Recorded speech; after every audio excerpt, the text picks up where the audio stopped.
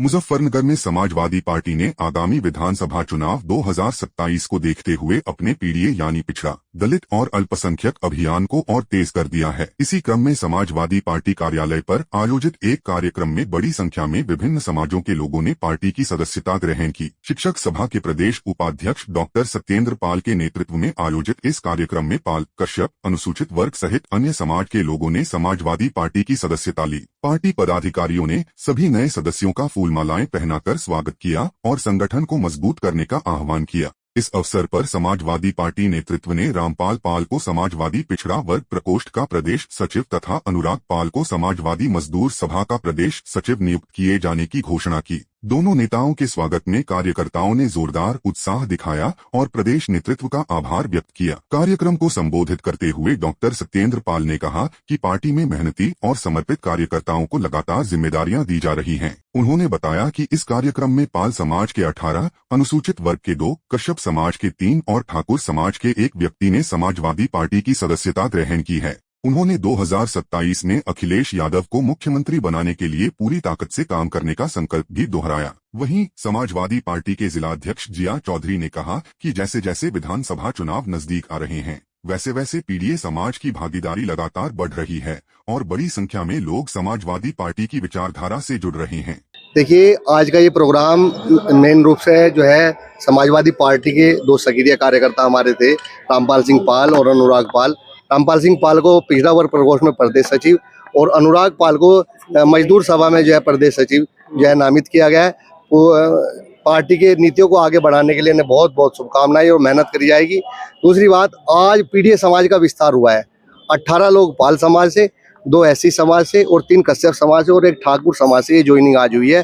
पूरे इन सब लोगों का पीडीए परिवार में और समाजवादी पार्टी में बहुत बहुत स्वागत, बहुत बहुत अभिनंदन। भाई देखिए, अगर पार्टी के लिए दिन रात काम करना, पार्टी को दिन रात आगे बढ़ाना फ्रॉड गिरती है, तो हाँ, वास्तव में जिलाध्यक्ष जी फ्रॉड है।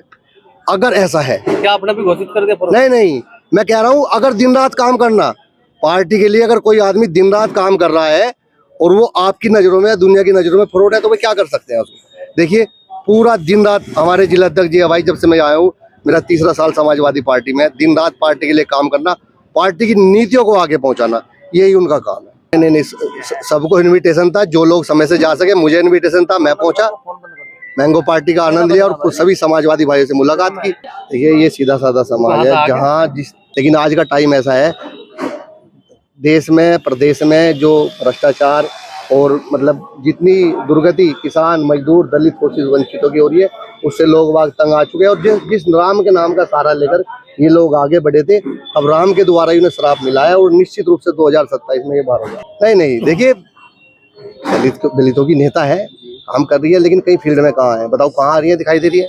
मुझे बताओ। मुजफ्फरनगर जनपद के मोरना विकास खंड स्थित ग्राम बेहड़ा थ्रू में दलित बस्ती के सार्वजनिक गुरु रविदास मंदिर और बारात घर को लेकर विवाद गहरा गया है। जय समता पार्टी ने इस मामले में प्रधानमंत्री, मुख्यमंत्री और जिलाधिकारी को ज्ञापन भेजकर गंभीर आरोप लगाए हैं। पार्टी और ग्रामीणों का आरोप है कि ग्राम प्रधान, ग्राम सचिव और अन्य अधिकारियों ने अपने पद का दुरुपयोग करते हुए दलित बस्ती में वर्ष 1980 से संचालित सार्वजनिक गुरु रविदास मंदिर और बारात घर परिसर पर अवैध कब्जा कर लिया है। आरोप है कि बिना ग्राम सभा की सहमति और बिना वैध प्रशासनिक प्रक्रिया पूरी किए वहां जबरन ग्राम सचिवालय का निर्माण कराया गया है। ग्रामीणों का कहना है कि जब उन्होंने इसका विरोध किया तो उन्हें धमकाया गया और सरकारी कार्य में बाधा डालने के आरोप में जेल भेजने तक की चेतावनी दी गई। ग्रामीणों ने यह भी आरोप लगाया कि स्थानीय प्रशासन और संबंधित अधिकारियों से शिकायत करने के बावजूद उनकी सुनवाई नहीं हुई। जय समता पार्टी ने अपने ज्ञापन में मांग की है कि सार्वजनिक गुरु रविदास मंदिर और बारात घर को तत्काल कब्जा मुक्त कराया जाए तथा मामले में दोषी पाए जाने वाले ग्राम प्रधान, ग्राम सचिव और संबंधित अधिकारियों के खिलाफ कानूनी कार्रवाई करते हुए FIR दर्ज कराई जाए। फिलहाल यह मामला क्षेत्र में चर्चा का विषय बना हुआ है और ग्रामीण प्रशासन से निष्पक्ष कार्रवाई की मांग कर रहे हैं। सत्येंद्र कुमार, हम आए जी गाँव बेड़ा थ्रू से। मामला हो जी, हम 4-5 महीने से परेशान है। हमारे रविदास मंदिर पर जबरदस्ती सचिवालय स्थापित कर दिया। सचिव, ग्राम प्रधान, हम सभी छोटे बड़े सभी अधिकारियों के पास चले गए, ना कि हमारी कोई सुनवाई कर रहा है। बस जब तक इन्हें हमारा समाधान नहीं होगा, हम तो इनता जाने के नहीं जी। मंदिर 70-80 साल पुराना जी। उसमें हमारे यहाँ सन 1999 एक बारात घर का निर्माण हुआ था। उस बारात घर को अब जैसे 5 साल से प्रधान दिनेश राठी जी हैं, और ग्राम सचिव जोगिंदर, उन्होंने उसे सचिवालय के उसमें स्थापित कर दिया। हमने विरोध करा उसका, तो वे आए थे एक दिन, हमने एक दिन गांव में धरना प्रदर्शन करा था। वे हमें सोमवार का दिन टाइम दे गए थे, यानी कि 3-4 दिन का टाइम दे गए थे, कर देंगे। उसमें ब्लॉक के भी अधिकारी थे, बोपे थाने से दरोगा जी भी थे, ऐसा ही थे 2-4-5 आदमी आए थे। उसके बाद में हमें सोमवार तक का टाइम देखा, सोमवार में बात करी, उन्होंने फिर मना कर दिया, भैया हम हमारे से कुछ नहीं कर सकते। उन्होंने पल्ला झाड़ लिया। अब जिसके भी पास जाओ, मंत्री जी के पास गए हम, अनिल कुमार जी के कैबिनेट मंत्री है, उन्होंने भी लिख के दिया भाई साहब होने देने के, उनसे कुछ नहीं पड़ा जी फर्क। हम परसों चंदन चौहान जी के पास भी गए, उन्होंने भी कहा कुछ नहीं हो रहा जी। डीएम साहब के पास 3 फेरी आ चुके, यहाँ भी कोई समाधान नहीं हो पा रहा जी। कब्जा उसमें सारा ये रखा है भाई, वो वाईफाई वे लगा रहे, अच्छा ही अपना सामान ताले बंद कर रखे। हमारा कोई ब्याह शादी का काम हो वो कुछ नहीं कर सकते, हमारे पास इतनी जगह नहीं है। वो हमारी बारात घर के लिए था, हमारी लड़कियों की शादी में बारात रुकती थी वहां से, उस तरह हमारे पास कोई जगह नहीं है। अब उसके जब ताले मार दिए, बारात अभी पीछे बारात आ रही थी, एक वीडियो भी डाल रखी है हमने, हमारी बारात धूम में सड़कों पर खड़ी, उसके ताले लग रहे। प्रधान जी को ये भी दिक्कत, कहना सचिव को चलो भाई ताला खोल दो, आज इतनी बारात आ रही है। प्रधान दिनेश राठी जी, अब तक जब तक नहीं उठने का, जब तक हमारा समाधान नहीं होने का यहाँ से, जितना खाली नहीं होने का वो इतना इंतम कोई नहीं जानेगा, निश्चित चलेगा जी। अभी किसी से कोई बातचीत नहीं हुई जी। मुजफ्फरनगर की राजनीति में एक बड़ा घटनाक्रम सामने आया है। लोक जनशक्ति पार्टी यानी लोजपा रामविलास के मुजफ्फरनगर और सहारनपुर मंडल के कई पदाधिकारियों और पूर्व पदाधिकारियों ने समाजवादी पार्टी का दामन थाम लिया है। इन नेताओं ने सपा के राष्ट्रीय अध्यक्ष अखिलेश यादव की नीतियों, सामाजिक न्याय, विकास और पीडीए की विचारधारा से प्रभावित होकर पार्टी में शामिल होने का फैसला किया। समाजवादी पार्टी में शामिल होने वालों में मुजस्सिम हुसैन, डॉक्टर रघुवीर सिंह, डॉक्टर चंद्र प्रकाश, सुनील कुमार, रविंद्र कुमार, कैलाश चंद, सैयद खालिद, नवाब मलिक, सच्चानंद, पवन कुमार सैनी और संजीव कुमार समेत कई नेता शामिल रहे। इस मौके पर मुजफ्फरनगर के लोकसभा सांसद हरेंद्र मलिक सहित पार्टी के कई वरिष्ठ नेता और पदाधिकारी मौजूद रहे। वहीं समाजवादी पार्टी में चल रही अंदरूनी चर्चाओं और कथित इस्तीफों को लेकर जिलाध्यक्ष जिया चौधरी ने भी अपनी प्रतिक्रिया दी। उन्होंने साफ कहा कि किसी का कोई आधिकारिक इस्तीफा जारी नहीं हुआ है और पार्टी में मीडिया प्रभारी जैसा कोई संवैधानिक पद नहीं होता। उन्होंने कहा कि यदि किसी नेता को कोई शिकायत है तो उसे सोशल मीडिया या मीडिया के बजाय सीधे राष्ट्रीय अध्यक्ष अखिलेश यादव के सामने अपनी बात रखनी चाहिए। जिया चौधरी ने वरिष्ठ नेता सुरेश चंद्रपाल को पार्टी का सम्मानित नेता बताते हुए कहा कि उनसे बातचीत कर स्थिति को स्पष्ट किया जाएगा। समाजवादी पार्टी कार्यालय पर समाजवादी पार्टी के राष्ट्रीय अध्यक्ष माननीय अखिलेश यादव जी की नीतियों, सामाजिक न्याय की भावना, विकास के दृष्टिकोण तथा समाज के प्रत्येक वर्ग के सम्मान एवं अधिकारों की प्रतिबद्धता से प्रभावित होकर लोक जनशक्ति पार्टी रामविलास पासवान के जनपद मुजफ्फरनगर एवं सहारनपुर मंडल के पदाधिकारी व पूर्व पदाधिकारी समाजवादी पार्टी में शामिल हो रहे हैं और हम आदरणीय राष्ट्रीय महासचिव लोकसभा सांसद मुजफ्फरनगर के प्रयास और हमारी महिला सेल की जिलाध्यक्ष हैं पूजा अम्बेडकर जी, उनके महत्वपूर्ण प्रयास इन साथियों को समाजवादी पार्टी शामिल कराने में रहे, हम इनके भी आभारी हैं। और मैं जो आज पदाधिकारी समाजवादी परिवार में शामिल हुए हैं, इन सब लोगों ने आदरणीय राष्ट्रीय अध्यक्ष जी से प्रभावित होकर पीडीए के परिवार में आदरणीय राष्ट्रीय महासचिव के आशीर्वाद से, पूजा जी के सहयोग से आज समाजवादी पार्टी का परिवार में ये शामिल हो रहे हैं। और मैं उम्मीद करता हूं कि हमारी पार्टी के वरिष्ठ नेता एलन सिंह गुर्जर जी भी यहाँ पर हैं, सोमपाल कोरी साहब हैं, धर्मेंद्र नीतू साहब हैं और मौलाना नजर साहब हैं और पार्टी के और भी वरिष्ठ नेता यहाँ पर मौजूद हैं। इन सब लोगों की उपस्थिति में इन्होंने आज सदस्यता ग्रहण की है। मैं इनको मुबारकबाद पेश करना चाहता हूँ और इनसे आशा करता हूँ कि ये समाजवादी पार्टी के राष्ट्रीय अध्यक्ष आदरणीय अखिलेश यादव जी की नीतियों को जन जन तक पहुंचाने का काम करेंगे और पीडीए परिवार को जनपद में बढ़ाने का काम करेंगे और 2027 में मेरी इनसे ऐसी आशा है कि ये अपनी महत्वपूर्ण भूमिका चुनाव में निभाएंगे। हमारा मुजफ्फरनगर जिले के वो साथी, राजनीतिक साथी जो अब तक श्री रामविलास पासवान जी की पार्टी में राजनीति कर रहे थे, उन्होंने आदरणीय अखिलेश यादव जी की नीतियों से प्रभावित होकर के ये जानकर के एक कटु सत्य है, उत्तर प्रदेश में अब भाजपा और सपा दो के बीच इलेक्शन है। उन्होंने सपा की नीतियों को स्वीकार किया है। वो उनकी मानसिकता भाजपा से नहीं मिलती, वो संवैधानिक व्यवस्था को मानने वाले लोग हैं। हम तहे दिल से उनका स्वागत करते हैं और उनको आश्वस्त करते हैं कि उनको सम्मान मिलेगा, उनके काम को सम्मान। बहुत दुखद है और इससे भी दुखद ये है कि बड़ी एक क्या कहूं से संवैधानिक शब्द हो जाएगा। बहुत मुझे नहीं लगता कितनी ताकत है भाजपा के लोगों में कि अभी भी अपोजिशन को गाली दे रहे। वो कहता है हमने चोरी किया, इन्हें सवाल नहीं उठाना चाहिए। अरे हम इसीलिए तो कह रहे थे कि आपके हाथ में मंदिर सुरक्षित है, ना मस्जिद सुरक्षित है, ना देश सुरक्षित है, ना विदेश में हमारी साख सुरक्षित है। और देखिए चढ़ावा आम आदमी ने दिया। आज तो एक रिटायर्ड IAS का सब आ गया, वो रामचरितमानस भेंट कर आए थे 5 करोड़ मूल्य की स्वर्ण जड़ित, और पता नहीं कितने लोगों ने हीरे जवाहरात दिए, माताओं बहनों ने अपने गहने दे दिए मंदिर के लिए। लोगों की आस्था का सवाल। और ये कह दिया उस व्यक्ति को कि कहां तक दिखाए, बहुत लोगों का माल आया है। तो गलती से वो कौन विराट व्यक्ति तो है, वो ये तो स्वीकार कर दिया बहुत लोगों का ऐसा दान आया, पर उन्हें नहीं दिखा पाया। ये आम व्यक्ति की जो सनातनी है उनकी आस्था का तो प्रश्न है ही। एक प्रश्न दूसरा है कि जो कहते थे कल हम भगवान, हम राम को लाए, हम रामराज हो जाएगा, तो रामराज कहाँ है? रामराज में तो खुले किवाड़ सोते थे लोग, रामराज में चोरी नहीं होती थी। और यहाँ एक तो चोरी ऐसी है कि आपका घर उखाड़ करके एक दिन में चोरी कर ली जाए। ये सतत प्रक्रिया चली, लंबी प्रक्रिया चली, और 20,000 रुपये का महीने का आदमी जब करोड़ों के मकान बनाने लगा, ये पोल भी टेक्निकल विरोध से खुली। इनको सबको जानकारी थी, और मैं अपनी कमी छिपाने के लिए इसमें ही अपोजिशन को गाली दे रहे। भाई ये तो शुक्र है कि ये नहीं कहा कि इस चोरी का जिम्मेदार नेहरू है। नेहरू जी को जिम्मेदार नहीं बताया, ये भूल गए होंगे। तो अभी तो इस तरह की बात है, इससे सभी लोग आहत है। व्यवस्था को चैलेंज है। ऐसी व्यवस्था विश्वास किस पर करें? जिस व्यवस्था में खुद आदरणीय प्रधानमंत्री जी इन्वॉल्व थे, उस व्यवस्था में चोरी लगी होगी, तो बड़ा क्वेश्चन मार्क।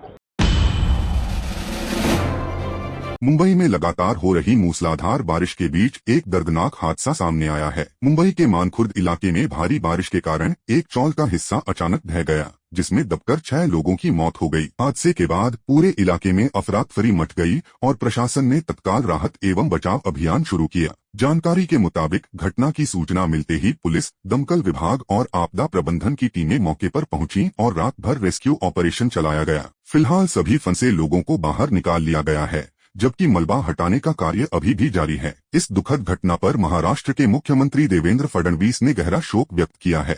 उन्होंने मृतकों के परिजनों को 4-4 लाख रुपए की आर्थिक सहायता देने की घोषणा की है और अधिकारियों को प्रभावित परिवारों को हर संभव मदद उपलब्ध कराने के निर्देश दिए हैं। लगातार हो रही भारी बारिश के कारण मुंबई के कई इलाकों में जनजीवन प्रभावित हुआ है। प्रशासन ने नागरिकों से सतर्क रहने और मौसम संबंधी दिशा निर्देशों का पालन करने की अपील की है। 8 बजे करीबन ऐसा हुआ है ये हादसा रात में, और चार बच्चे थे, हमारे 5 बच्चे थे, एक औरत थी। उसमें मतलब वो बच्ची खेलने के लिए आई थी, और वो लोग का नाम होकर वहाँ से निकल रहे थे, कारण खाली करके जाने वाले थे। उतने में थोड़े ही देर हुआ, उसके बाद में कहना वो दीवार पलटी हो गई अपने आप में। हाँ, सबको निकाला गया, सबको हॉस्पिटल में भेजा गया। फैमिली में कोई भी नहीं बचा, सब खत्म हो गए। एक लड़की खाली थी, बाकी 8 साल का लड़का था, फिर 4 साल का था, फिर 3 साल का था। महाराष्ट्र के सिंधुदुर्ग जिले स्थित प्रसिद्ध अंबोली वाटरफॉल पर लगातार हो रही बारिश और वीकेंड के चलते पर्यटकों की भारी भीड़ देखने को मिली। रविवार को महाराष्ट्र के विभिन्न शहरों के अलावा गोवा और कर्नाटक से भी हजारों सैलानी अंबोली पहुंचे। घने कोहरे, ठंडी हवाओं और चारों तरफ फैली हरियाली ने इस हिल स्टेशन की खूबसूरती को और भी आकर्षक बना दिया है। बड़ी संख्या में युवा और परिवार यहाँ प्राकृतिक नजारों का आनंद लेने और झरने के नीचे बारिश का लुत्फ उठाने पहुंचे। पूरे अंबोली क्षेत्र में दिन भर उत्सव जैसा माहौल देखने को मिला। पर्यटकों की बढ़ती संख्या से स्थानीय होटल, रेस्टोरेंट और छोटे व्यापारियों को भी अच्छा कारोबार मिला है। वहीं प्रशासन ने लोगों से अपील की है कि वे बारिश के मौसम में पूरी सावधानी बरतें और सुरक्षा नियमों का पालन करते हुए प्राकृतिक सौंदर्य का आनंद लें। सही में कच्छ से आया था, मैंने एक्सपेक्ट भी नहीं किया। मैं गुजरात से यहाँ पे आया हूँ। A1 जगह है, स्वर्ग है, स्वर्ग है। 3-4 यहाँ पे मैं स्पॉट में गया, आज संडे फिर भी नो रश, मतलब ऐसे जन्नत दिख गई आज मेरे को। और ये जो वाटरफॉल यहाँ पे दिखा है वो तो अमेजिंग, नेक्स्ट टू अमेजिंग भाई। जम्मू कश्मीर में चल रही श्री अमरनाथ जी यात्रा 2026 के प्रति श्रद्धालुओं का उत्साह लगातार बढ़ता जा रहा है। सोमवार को यात्रा के चौथे जत्थे ने बालटाल और पहलगाम स्थित बेस कैंपों से बाबा बर्फानी के पवित्र गुफा मंदिर के लिए अपनी आध्यात्मिक यात्रा शुरू की। इस दौरान पूरा क्षेत्र हर हर महादेव और बम बम भोले के जयघोष से गूंज उठा। श्रद्धालु भारी उत्साह और आस्था के साथ कठिन पर्वतीय मार्गों पर आगे बढ़ते नजर आए। प्रशासन और सुरक्षा एजेंसियों द्वारा यात्रा को सुरक्षित और सुगम बनाने के लिए व्यापक इंतजाम किए गए हैं। पूरे यात्रा मार्ग पर सुरक्षा बलों की तैनाती, चिकित्सा सुविधाएं, लंगर व्यवस्था और अन्य आवश्यक सेवाएं उपलब्ध कराई गई हैं। यात्रा पर आए श्रद्धालुओं ने प्रशासन द्वारा की गई व्यवस्थाओं की सराहना करते हुए कहा कि उन्हें किसी प्रकार की असुविधा का सामना नहीं करना पड़ रहा है। श्रद्धालुओं का कहना है कि बाबा बर्फानी के दर्शन करना उनके जीवन का एक विशेष और आध्यात्मिक अनुभव है। प्रशासन का कहना है कि यात्रा को सुरक्षित, व्यवस्थित और सफल बनाने के लिए सभी आवश्यक व्यवस्थाएं लगातार मॉनिटर की जा रही हैं, ताकि श्रद्धालु पूरी श्रद्धा और विश्वास के साथ अपनी यात्रा पूरी कर सकें। मैं लास्ट 2024 में आई थी एंड हम लोग टोटल 50 लोगों का ग्रुप है और मेरे पापा तो पहले से ही आ रहे हैं यात्रा करने के लिए, बट मैं सेकंड टाइम आ रही हूँ एंड बहुत ज़्यादा एक्साइटमेंट है। बहुत ज़्यादा बाबा की कृपा से मेरे को बहुत ज़्यादा एक्साइटमेंट थी कि मेरे को आना है इस बार भी, तो इसलिए मैं इस बार भी आई हूँ एंड बस होपफुली दर्शन बहुत अच्छे हो जाए। बेस कैंप में रुका, बेस कैंप में सारी फैसिलिटीज़ बहुत ही अच्छी हैं, सिक्योरिटी बहुत टाइट है, यहाँ किसी भी तरीके की असुविधा नहीं है। 24 आवर्स भंडारे चल रहे हैं, आपको खाने की भी कमी नहीं है, ना ही रेस्टिंग की यहाँ कोई कमी है। महाराष्ट्र में लगातार हो रही भारी बारिश ने जनजीवन को प्रभावित करना शुरू कर दिया है। रत्नागिरी और लोनावला में भूस्खलन की 2 बड़ी घटनाओं के बाद प्रशासन अलर्ट मोड पर है। रत्नागिरी के वेरल घाट और कशेड़ी घाट में सुबह करीब 4 बजे नए मुंबई गोवा हाईवे पर अचानक लैंडस्लाइड और सड़क धंसने की घटना सामने आई, जिसके चलते दोनों तरफ का यातायात रोकना पड़ा। हालांकि राहत और बचाव दलों ने तेजी से कार्रवाई करते हुए मलबा हटाया और एक लेन पर यातायात बहाल कर दिया है। वहीं लोनावला में मुंबई पुणे एक्सप्रेसवे के मिसिंग लिंक पर खंडाला एग्जिट के पास पहाड़ी का बड़ा हिस्सा मुंबई की ओर जाने वाली लेन पर आ गिरा, जिससे मार्ग को अस्थायी रूप से बंद करना पड़ा। राहत की बात यह है कि दोनों घटनाओं में अब तक किसी प्रकार की जनहानि की सूचना नहीं मिली है। प्रशासन और आपदा प्रबंधन की टीमें मौके पर लगातार राहत कार्य में जुटी हुई हैं। अधिकारियों ने लोगों से अपील की है कि भारी बारिश के दौरान पहाड़ी और संवेदनशील इलाकों में यात्रा करने से बचें तथा प्रशासन द्वारा जारी दिशा निर्देशों का पालन करें।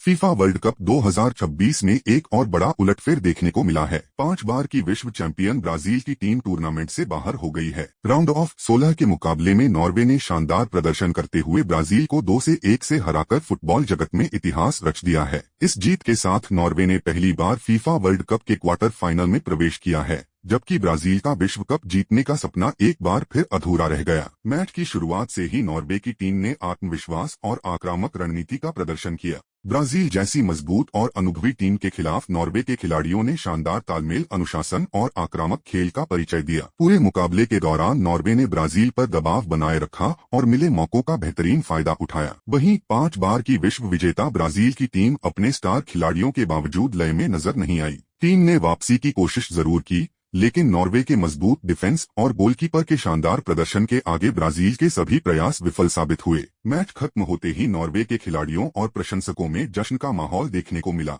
जबकि ब्राजील के खिलाड़ियों के चेहरे पर निराशा साफ दिखाई दी। यह हार ब्राजील के लिए इसलिए भी बेहद अहम मानी जा रही है क्योंकि 1990 के बाद पहली बार टीम फीफा वर्ल्ड कप के राउंड ऑफ 16 चरण से बाहर हुई है।